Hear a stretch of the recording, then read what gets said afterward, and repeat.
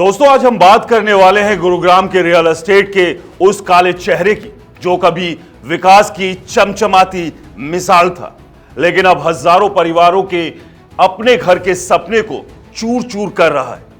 कल्पना कीजिए, आप अपनी जिंदगी भर की पूंजी बैंक लोन लेकर फ्लैट बुक करते हैं, सोचते हैं कि बस थोड़ा सा इंतजार, फिर नया घर, नई जिंदगी। लेकिन साल बीतते जाते हैं, प्रोजेक्ट अटक जाते हैं और आप किराए पर रहते रहते ईएमआई का बोझ तले दब जाते हैं।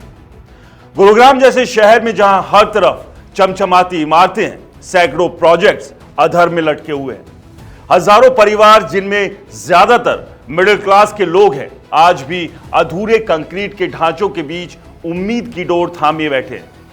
यह कोई फिल्मी कहानी नहीं, बल्कि हकीकत है जो 2025 में भी जारी है। तो चलिए पहले बात करते हैं ओशियन 7 बिल्टेक यानी ओएसबी के उन अफोर्डेबल हाउसिंग प्रोजेक्ट्स की जो सेक्टर 69, 70 और 109 में फैले हुए हैं। 2016 से 2019 में लाइसेंस मिला। 18 एकड़ जमीन पर 1500 से ज्यादा परिवारों ने निवेश किया। ज्यादातर ने पीएम आवास योजना के तहत पैसे दिए, लेकिन निर्माण वो तो सालों से ठप पड़ा है। हरियाणा रेरा ने तो बैंक अकाउंट्स फ्रीज कर दिए, लेकिन प्रोजेक्ट अब भी लटका हुआ है। 1 साल से ज्यादा हो गया स्टॉल, और खरीदारों का क्या? आर्थिक तंगी के साथ मानसिक तनाव भी। हाल ही में रेरा ने डीटीसीपी को कहा कि फैसला लो, लेकिन अभी तक कोई हल नहीं निकला। ये लोग रोज सोचते होंगे हमारा घर कब बनेगा। अब आते हैं रहेजा डेवलपर्स पर, जो सेक्टर 78 के रहेजा रेवांता, सेक्टर 99A के वान्या और सोहना के अरण्या सिटी पर प्रोजेक्ट चला रहे थे। रेवांता तो 2011 में लॉन्च हुआ था। 18.68 एकड़ में 800 यूनिट प्लान थे। खरीदारों से 90% पैसे वसूल लिए, लेकिन सिर्फ 65% काम हुआ। 3000 से ज्यादा आवंटी फंसे हैं। रेरा ने तो सेल्स बैन कर दिया, फॉरेंसिक ऑडिट का ऑर्डर दिया, लेकिन 2025 में भी इंसॉल्वेंसी प्रोसीडिंग्स चल रही है। अरण्या सिटी में कृष्णा हाउसिंग, अक्षरा, महेश्वरा जैसे सब प्रोजेक्ट्स रुके पड़े हैं। खरीदार कहते हैं हमने सब कुछ लगा दिया, लेकिन घर की बजाय सिर्फ झूठे वादे मिले। ये प्रोजेक्ट विकास की चमक के नाम पर बने थे, लेकिन आज वो चमक फीकी पड़ चुकी है। इसके बाद आता है एबीडब्ल्यू टावर, मानेसर सेक्टर 1 में, जो 12 साल पहले शुरू हुआ। बिल्डर दिवालिया हो गया। 1000 परिवार अपनी गाढ़ी कमाई के भविष्य को लेकर परेशान हैं। कंक्रीट के ढांचे खड़े हैं, लेकिन घर नहीं बने। ये प्रोजेक्ट्स गुरुग्राम के इंडस्ट्रियल हब के पास थे, जहां लोग सस्ते घर की तलाश में आए थे, लेकिन अब वो सपना टूट चुका है। माहिरा ग्रुप का नाम सुनते ही खरीदारों के चेहरों पर गुस्सा आ जाता है। सेक्टर 63, 68, 95, 103 और 104 में उनके प्रोजेक्ट्स में 5000 परिवार फंसे। सेक्टर 68 का प्रोजेक्ट 7 साल पुराना है। 70% काम हुआ, लेकिन बाकी नींव तक नहीं खोदी गई। ईडी ने तो 557 करोड़ की प्रॉपर्टी अटैच कर दी। प्रमोटर सिकंदर सिंह गिरफ्तार हुआ। डीटीसीपी ने लाइसेंस कैंसिल किया, ब्लैकलिस्ट कर दिया, लेकिन प्रोजेक्ट्स अभी भी अटके हैं। हाल ही में खरीदारों ने प्रोटेस्ट किया।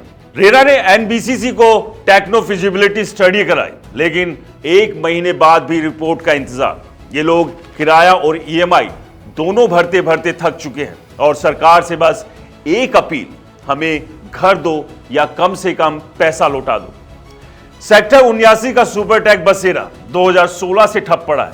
1000 से ज्यादा परिवार अफोर्डेबल हाउसिंग का सपना लेकर आए थे, लेकिन प्रोग्रेस जीरो। रेरा और डिपार्टमेंट में शिकायतें की, लेकिन कोई ठोस एक्शन नहीं। सुपरटेक ग्रुप तो नोएडा में भी विवादों में रहा, लेकिन यहां गुरुग्राम के खरीदार चुपचाप इंतजार कर रहे हैं।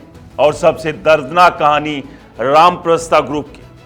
सेक्टर 37D, 92, 93, 95 में एज, स्काइज, राइज और रामप्रस्था सिटी जैसे प्रोजेक्ट्स 15 साल से अधूरे हैं।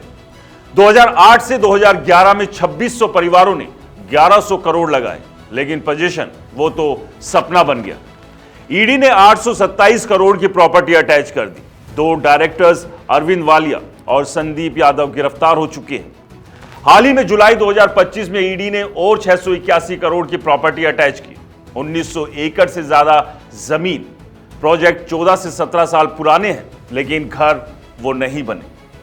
खरीदार कहते हैं हमारा धन और सपना दोनों फंसा है। अब इन परिवारों की व्यथा सुनिए। रहीजा रेवांता के अर्जुन पुनिया जैसे लोग कहते हैं हमने जो कमाया सब लगा दिया, ना घर मिला ना पैसा, हर तरफ सिर्फ आश्वासन। माहिरा के ध्रुव बोले गुरुग्राम में हर वर्ग का व्यक्ति अपने घर का सपना लेकर आता है, लेकिन आज सैकड़ों इमारतें अधूरे ढांचों में बदल चुकी है। सरकार की तरफ से सिर्फ मीटिंग्स और वादे। ये लोग रेरा, हाई कोर्ट, ईडी के चक्कर काट रहे हैं, लेकिन हल वो तो दूर की कोड़ी लगता है।